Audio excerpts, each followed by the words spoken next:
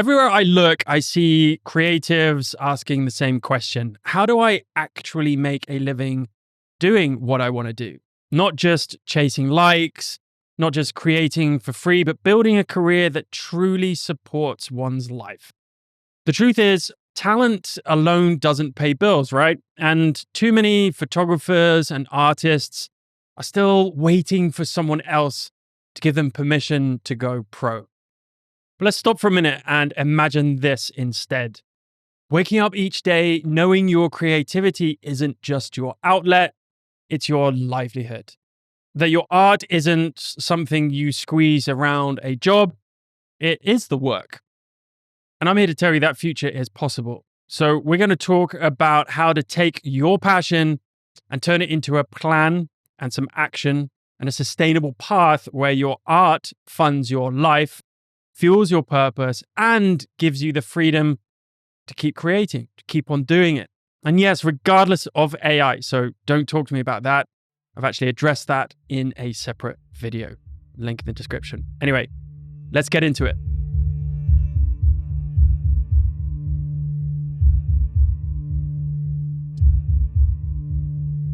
So welcome back to another episode of Moments of Mood. This is a good time for me to just ask you to please be so kind and hit that subscribe button, give this video a like, leave a comment or whatever people do these days. It really does help grow this channel so I can give you hopefully even more value, even more of the time.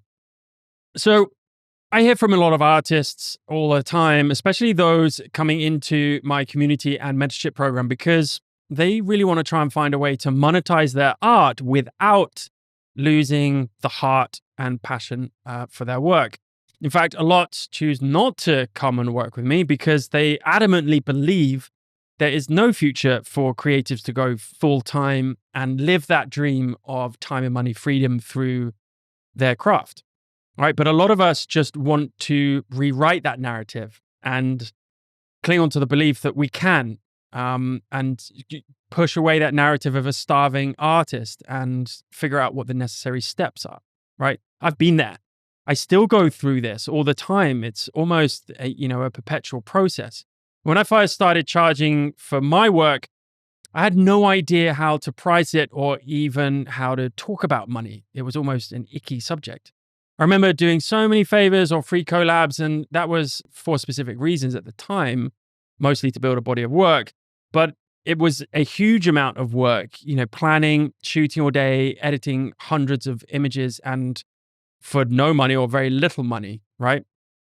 I was always grateful for the opportunities, of course, but by the time I delivered any kind of final work, I realized I had been working for well under minimum wage or worse at a cost to myself, right? This quickly led to disillusionment, embarrassment, and sometimes resentment for the work and the industry itself. Not towards anyone or anything, but more towards myself for not valuing my time and my skills.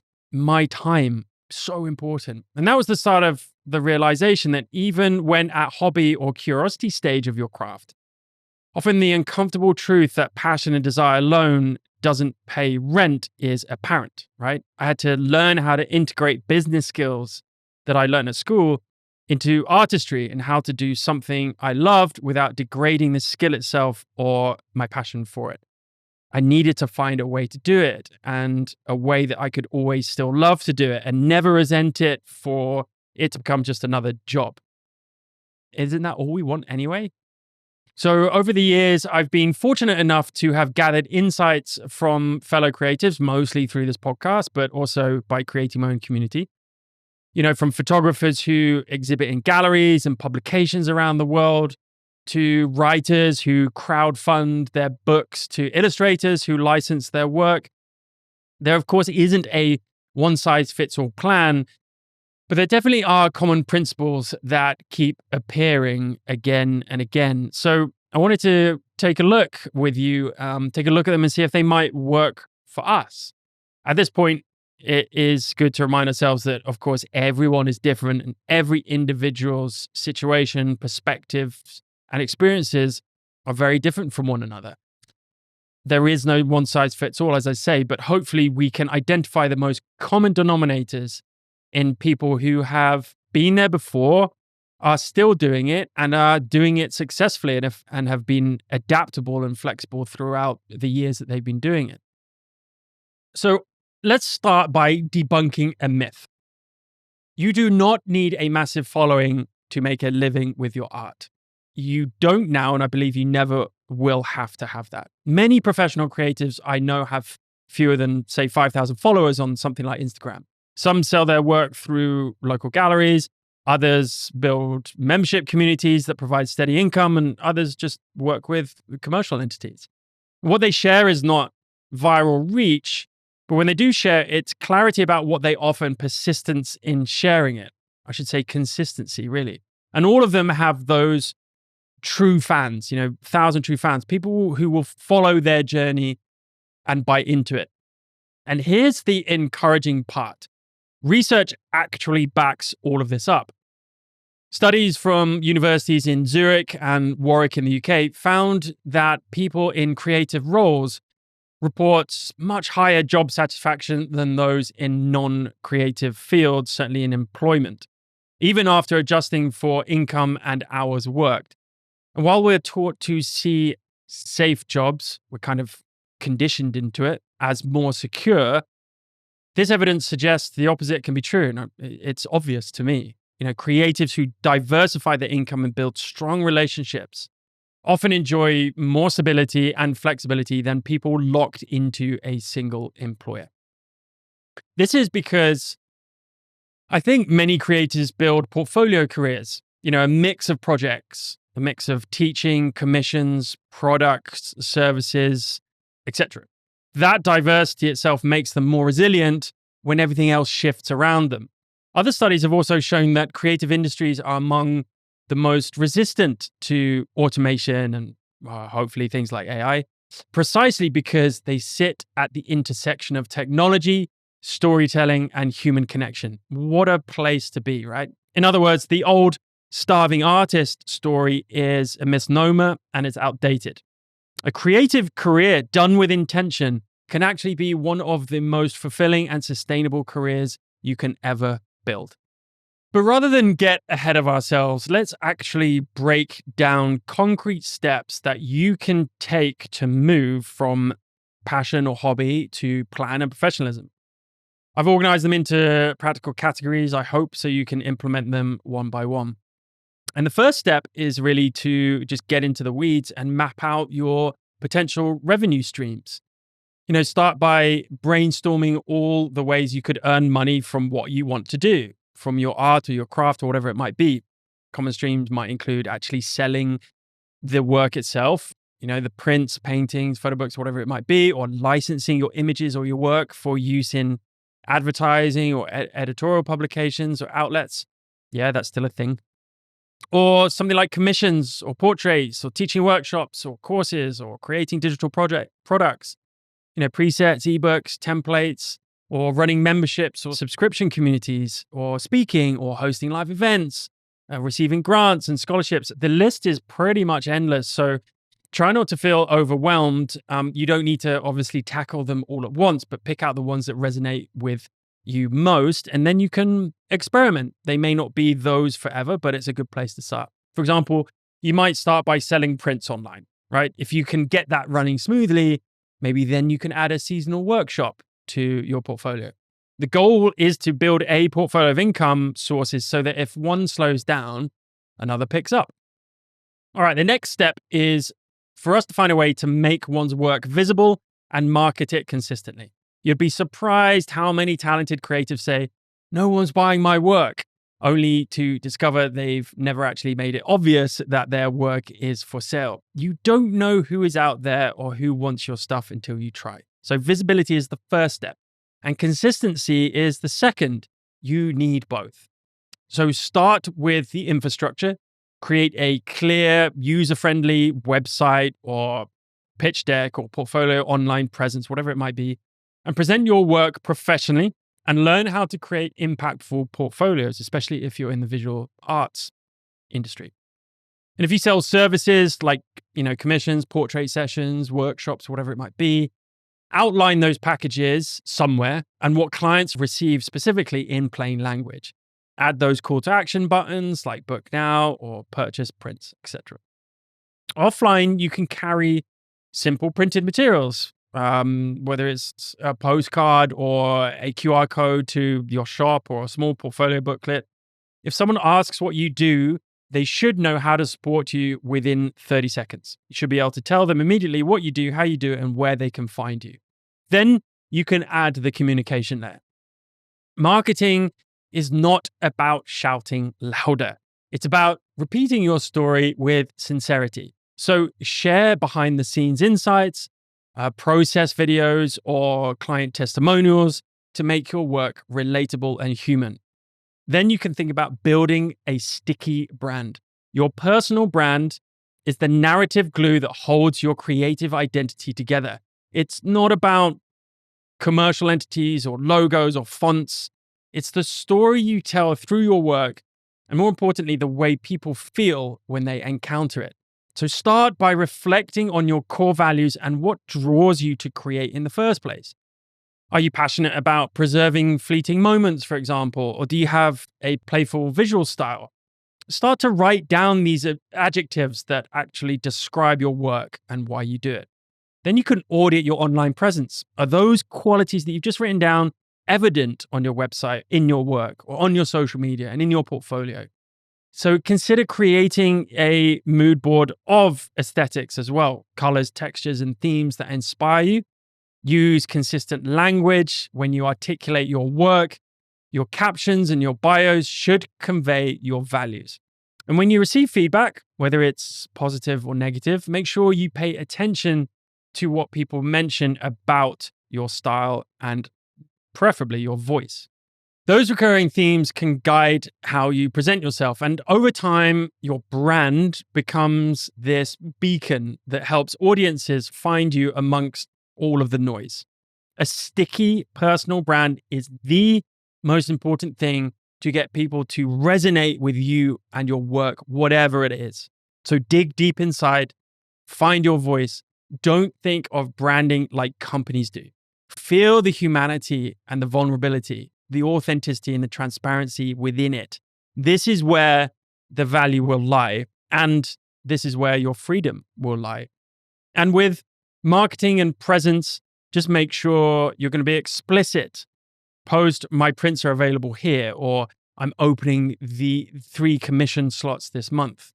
People won't actually act unless you ask them to, right? Clearly and repeatedly. Even if you don't feel you have an audience, someone's watching.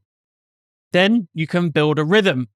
This could mean sending, a monthly email newsletter or blog, or posting 1 Instagram carousel per week, or doing a quarterly project launch, whatever it might be. Consistency builds trust and keeps you in people's minds. It is such an underrated trait. So remember that people often need to see an offer several times before acting. I can't remember the statistics, but what feels repetitive to you feels reassuring to them, right? It garners authority and trust. Think of it this way. Your brand and your presence is the stage. Your marketing is the invitation. So if you only build the stage but never invite anyone in, you'll just be standing there alone, right? But if you only invite people without a clear stage, they'll show up and it'll be mayhem. They'll just leave confused. But when you do both together, you create this path that guides interest into support, and support then into sustainable income. Then I want you to think about transitioning from free to paid intentionally. Free content builds trust, and I'm not against it. But many creatives share tutorials, time-lapse videos, or essays as a way to serve their community, and that's a great start. But when you decide to introduce a paid offering, like a subscription newsletter, a Patreon tier, or a premium course or something, just make sure you think about sustainability. Ask yourself, how much can I realistically deliver each month at the highest level without burning out? Start with the fewer deliverables and over-deliver on that quality, right? For example, instead of promising weekly videos, maybe you create 1 in-depth tutorial a month plus a behind-the-scenes Q&A. These are just random theoretical examples, but Just communicate clearly about what's included and don't feel compelled to add endless bonuses out of guilt. Your time and expertise are extremely valuable. Speaking of value, pricing is often a big hurdle. It's all about measuring the value of your time first. How do we actually measure the value of our time? Well, we can start pragmatically by calculating your cost of living and business expenses, rent, mortgage, utilities, insurance, gear, subscriptions, etc. And then what we can do is determine how many hours you can realistically devote to paid work each week. You may still have a part-time job, right? So this is, again, not one size fits all. Divide then your monthly expenses by your available billable hours to get a minimum hourly rate. And I'm not an hourly rate kind of guy, but it's a useful tool to find that out. Then research market rates in your area and adjust based on your skill level, demand, and the unique value that you offer.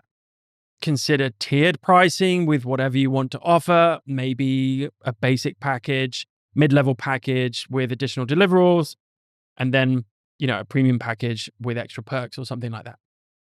But really where value is important is in the pricing. So value-based pricing, charging on the impact your work has for a client is the best approach and something that someone like Chris Do has campaigned for and educated creatives for many years about it. And if you're not sure who he is, go and look him up and just binge all of his YouTube videos. For example, if a corporate portrait helps a company close $1 million deal, your fee should reflect that value, right? But put your rates in writing and don't be afraid to say them out loud and stand behind them. Practice in front of the mirror or with a friend if necessary. That kind of consistency really helps. And of course, goes without saying, keep accurate financial records, right? Treat your art like a business from day one. And that word business can often intimidate us, can be a dirty word. And I get it. But when I say treat it as a business, it's just a mindset shift. That's all it is. You don't have to physically go and do things or go and open a load of registration documents and suddenly find an accountant and just get investors and shareholders and a lawyer, etc. Of course not. Just start small and, maybe open a separate bank account for your creative income and expenses or a part of your bank account for those things. Maybe use accounting software like QuickBooks, Wave, or just a simple spreadsheet to track every dollar that comes in and goes out. These little things really help you shift the mindset. Set aside a percentage of each payment for taxes, right?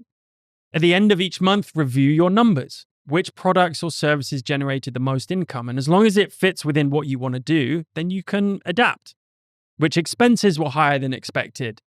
This information will guide your decisions, right? Maybe you'll discover that your, online print sales are booming and decide to expand that product line. You can obviously consult a tax professional or accountant at least once a year, maybe, to ensure you're kind of doing the right thing. I wouldn't recommend that to begin with, but we obviously want to make sure we're compliant and taking advantage of any deductions legally if we can. And speaking of money, explore grants and scholarships and alternative funding for what you want to do. Not all creative income needs to come from selling yourself and selling something. Many artists fund projects through grants from arts councils, foundations, and government programs, right? There are loads of opportunities out there. So go ahead and research opportunities, maybe in a region or just online. Often arts organizations have mailing lists you can join. There are so many more than you think, actually. Universities and cultural institutions sometimes offer residencies that provide retainers or even just regular fees and studio space in exchange for something like teaching or community involvement and community engagement. The possibilities are endless. It just doesn't get talked about enough. If you enjoy research and writing, consider graduate programs or fellowships that support that type of artistic work. Granted, there's not much money in it these days, but you never know. Make note of deadlines and application requirements and build a spreadsheet for that alone and allow yourself time to craft thoughtful proposals and pitch decks.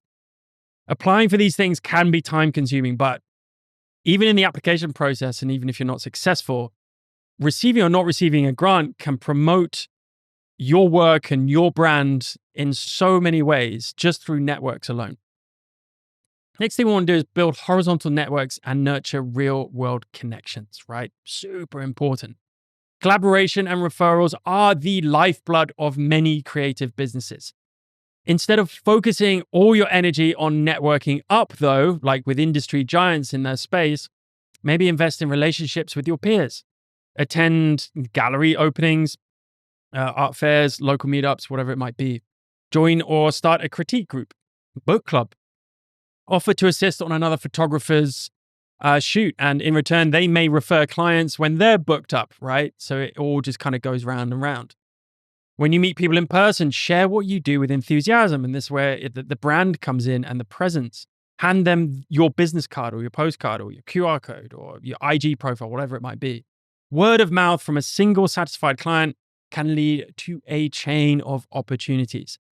Don't underestimate your existing network either. Family, friends, colleagues, let them know about your work. I know it's difficult to shout about yourself, but just ask them to spread the word. Don't be scared. Don't be ashamed. Offline connections often convert to sales faster than thousands of anonymous online attention-seeking followers. Then we want to balance our creative and financial stability. And what I mean by this is that you might feel pressure to become a full-time artist immediately. But it's okay and often wise, actually, to maintain a part-time job if you have it, or take it slowly. Maybe that job supports you when you first start out.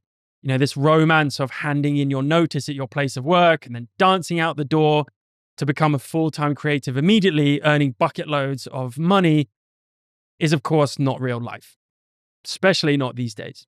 And I won't encourage anyone to be that reckless or irresponsible unless you literally have nothing to lose.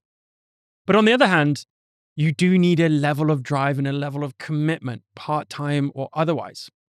Initially, choose work that is flexible and adjacent to your field and to your lifestyle, if possible. For example, I don't know, assisting in a gallery, teaching at a community center, working in a photography studio, especially in your local area, or getting the odd collaboration.